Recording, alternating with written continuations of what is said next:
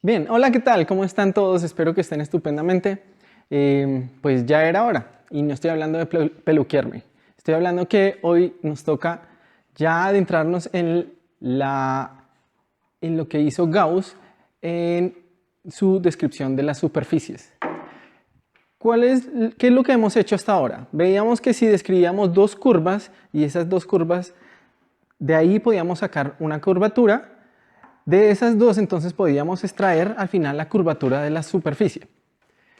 Ahora, también habíamos visto que cualquier curva podíamos describirla localmente a partir de su vector tangente y de las variaciones de su vector tangente. ¿Ok? Ahora, ¿cuál es la idea de Gauss? Gauss, sabiendo estas cosas, dice, voy a estudiar en cada punto de la superficie todas las curvas que pasen por ahí. ¿Y qué voy a hacer con ellas? Ahora, otra cosa que habíamos visto era que la curvatura de una superficie la íbamos a describir a partir de cómo cambia su plano tangente. Recordemos que entonces cualquier curva en la superficie va a estar localmente descrita por los vectores tangentes. O sea, los vectores tangentes de la curva también están descritos o son superposiciones lineales de los vectores tangentes de la superficie. ¿Listo? Ahora, si yo quiero encontrar cuál es el cambio de este señor, simplemente pues tengo que tomar las derivadas con respecto a L, que es la longitud, el parámetro que hemos escogido para describir la curva. Y entonces, esto pues simplemente así queda. ¿Listo? Ahora, ¿qué es lo que vamos a hacer? Aquí yo puedo ver que pues es un vector en el espacio 3D. Y habíamos visto que en el espacio 3D entonces podemos escoger una triada de vectores que puede describir cualquier vector. El vector normal a la superficie en ese punto y los vectores tangente. Entonces lo que vamos a hacer es que este cambio de la curva, que ya sé que pues se va a poder escribir como kappa p, lo vamos a escribir como una componente que está contenida dentro del plano tangente y otra componente que está saliendo del plano tangente. ¿Listo? Ahora, este señor lo vamos a escoger de tal manera que sea normalizado. ¿Listo? Entonces eso es lo que vamos a hacer. Y lo voy a escribir genéricamente como E, pero la idea es que él está en el plano tangente. O sea, lo puedo escribir como una combinación lineal de los dos vectores tangente. Ahora, otra cosa que yo sé es que la variación de t, el t punto, es perpendicular a t. Eso era una de las particularidades que habíamos visto al escoger al parámetro como L. Entonces, yo sé que este señor que está aquí tiene que ser perpendicular a t, el vector tangente. Ahora, como el vector tangente ya en sí está en el plano tangente, él es ya automáticamente perpendicular a esta parte, de tal manera que si yo quiero que todo esto sea perpendicular a t, necesito que esta parte también lo sea, que eso es lo que me está diciendo aquí. Entonces, esas son las dos propiedades que yo voy a escoger para este señor. Yo sé que es perpendicular a t y lo voy a escoger normalizado. ¿Ok?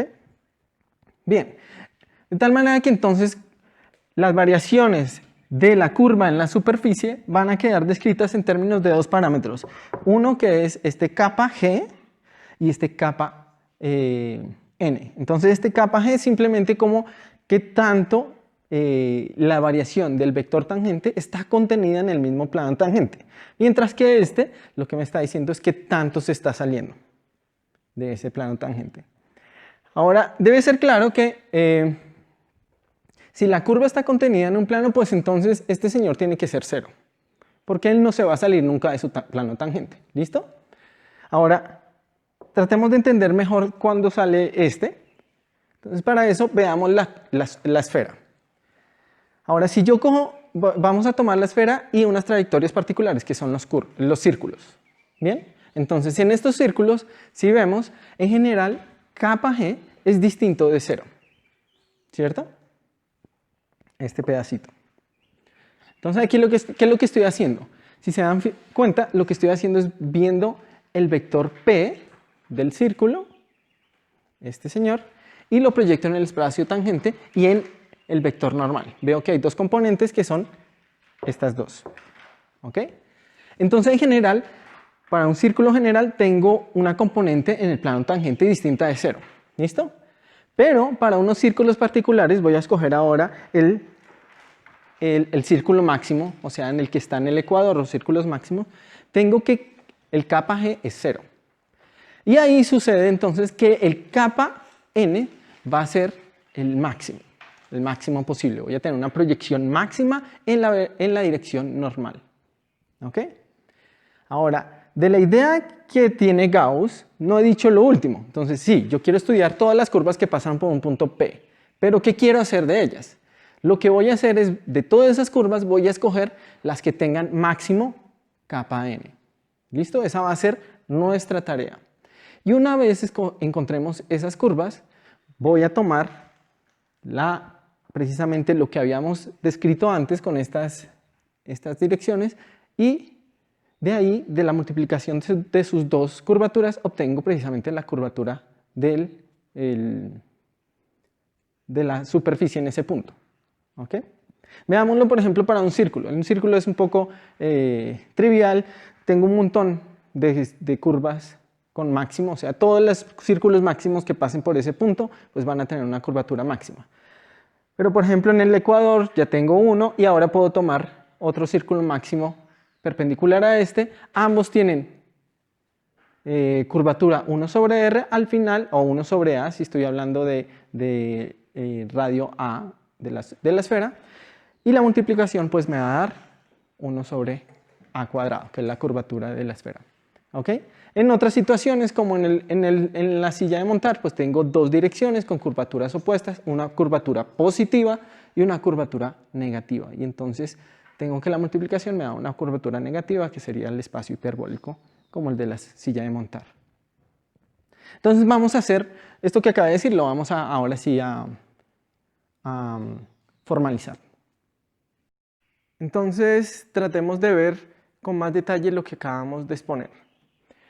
Dijimos que lo que queremos ver era el cambio de este señor, pero dentro de ese cambio aparecía el cambio de los vectores tangente, que la vez pasada también habíamos estudiado. Ahora, utilizando la regla de la cadena, vemos que los vectores tangente, en función de la distancia dentro de la curva, se pueden escribir como la variación de los vectores tangente respecto a las coordenadas, que fue lo que estudiamos con las superficies, que venía en términos de los símbolos de Christoffel y este K aquí, que decíamos que en algún momento nos va a dar la curvatura, y eso es lo que vamos a ver hoy. Entonces, utilizando esta relación en la expresión que acabamos de escribir, vemos que entonces la variación de los vectores tangente a la curva van a quedar expresados de esta manera. Entonces recordemos que lo que queríamos era agrupar una parte que estuviera contenida en el plano tangente y una que estuviera perpendicular. Aquí vemos entonces la parte que va a estar contenida en el plano tangente, ¿sí? Y la parte perpendicular va a estar dependiendo de este K.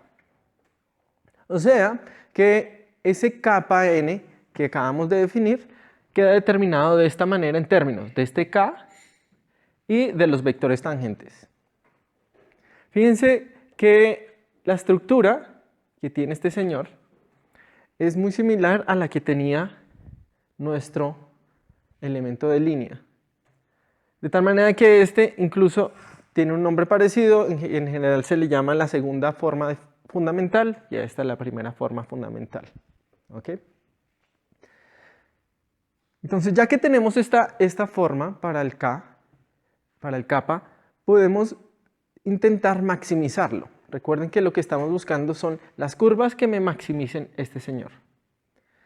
Ahora, maximizar es un proceso que ya conocemos, pero ahora tenemos que tener en cuenta que cuando vayamos a maximizar tenemos que restringirnos a esta ligadura. Esa ligadura me va a restringir la maximización, y eso ya sabemos cómo hacerlo. Lo que tenemos que hacer es simplemente imponer un multiplicador de Lagrange donde tenemos la ligadura que nos apetece.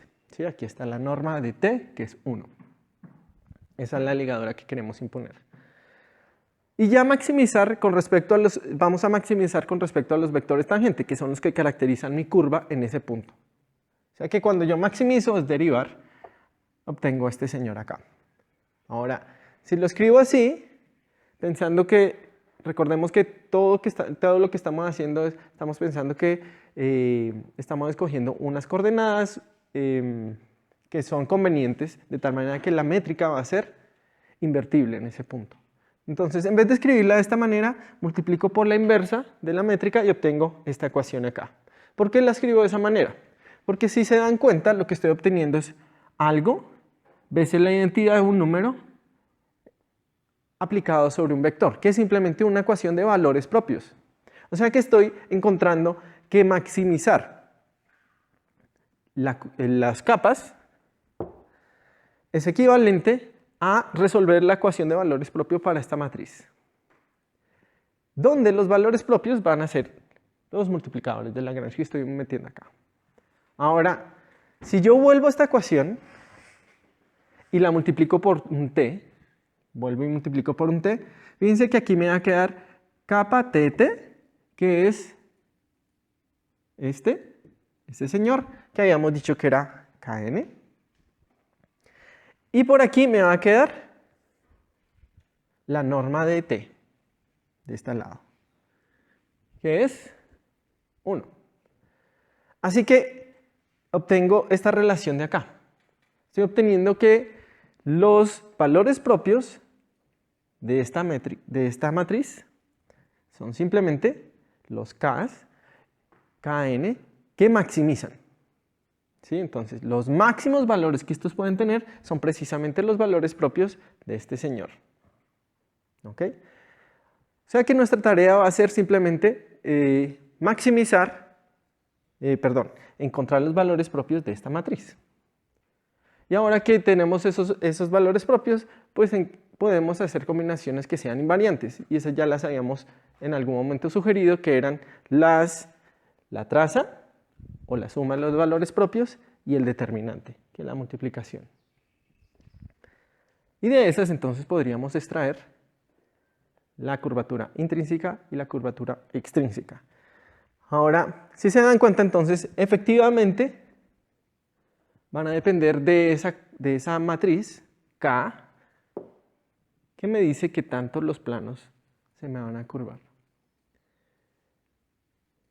De esta manera entonces estamos viendo que efectivamente estudiar las curvas alrededor en un punto, que pasan por un punto, nos permiten evidenciar cuál va a ser la curvatura de mi superficie en ese punto.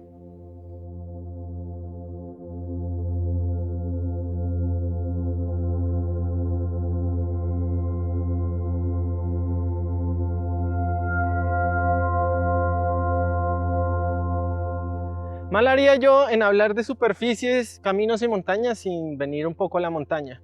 Y qué mejor que el Santuario de Flora y Fauna de Iguaque para ilustrar lo que acabamos de hacer. Nosotros lo que acabamos de hacer es recopilar todo lo que hemos hecho sobre las curvas y las superficies para identificar que sobre cualquier superficie yo puedo identificar en cualquier punto dos curvas, y esas dos curvas van a tener un máximo de curvatura. Ahora, estas dos curvas, si yo multiplico las curvaturas de ambas curvas, voy a obtener la curvatura intrínseca de la superficie.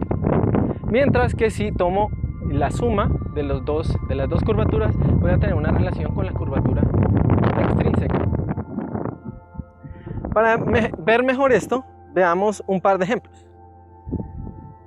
Nosotros ya habíamos trabajado con el cilindro y habíamos obtenido sus vectores tangentes, y de estos puedo obtener también su variación. Recordemos que la matriz K está relacionada precisamente con las variaciones de los vectores tangentes. Entonces tengo la matriz K y tengo la métrica que también habíamos hallado anteriormente. Recordemos que yo estoy interesado precisamente en la matriz dictada por la inversa de la métrica veces K. De tal manera que entonces yo puedo obtener los valores de esa matriz. ¿Qué sucede? Que cuando yo hago esto veo que la matriz K solamente tiene un valor distinto de 0, que es K11.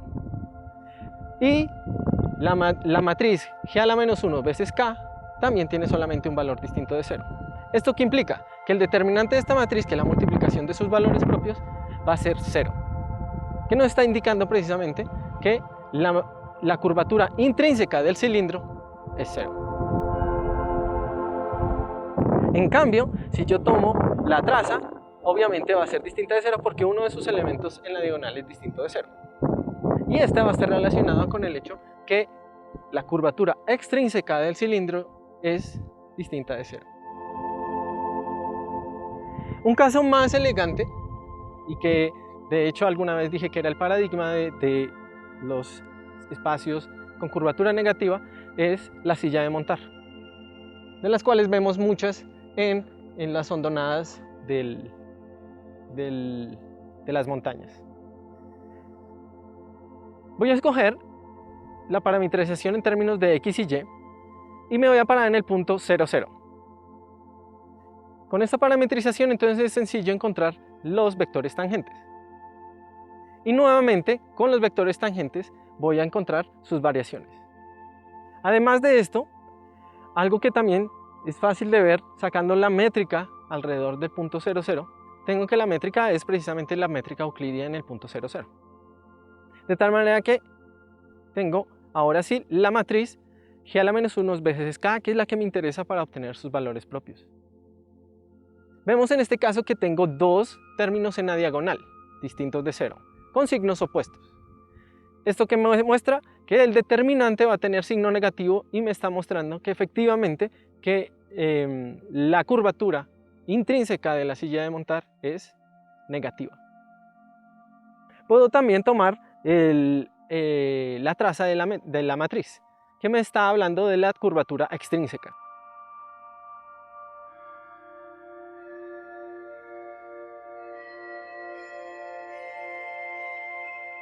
Entonces con este paisaje sobrecogedor estamos cerrando un capítulo importante de nuestro curso. Hoy dejamos a un lado por el momento las superficies y la geometría y nos adentramos un poco más a cómo sería la pregunta, cómo resolver la pregunta de cómo yo llego más rápido de un punto a otro de la manera más eficiente. Hemos estado acompañando a Gauss hasta ahora. Es interesante que en nuestra descripción, aunque hemos hablado de la curvatura intrínseca, hemos necesitado de un espacio donde se inscriben las superficies 2D, un espacio 3D, pero vamos a intuir que con Riemann en algún momento no va a ser necesario que nuestro espacio esté embebido en un espacio de mayor dimensionalidad. Eso es algo particular de Gauss. Para Riemann esto no va a ser necesario, pero ya de lo que hemos extraído tenemos muchísimo sabor de lo que es la curvatura, cómo se entienden los transportes alrededor de una superficie y cómo entender prácticamente la conexión entre geometría e información local de las superficies y en general de las formas. Entonces espero me sigan acompañando. Nos vemos en la próxima oportunidad.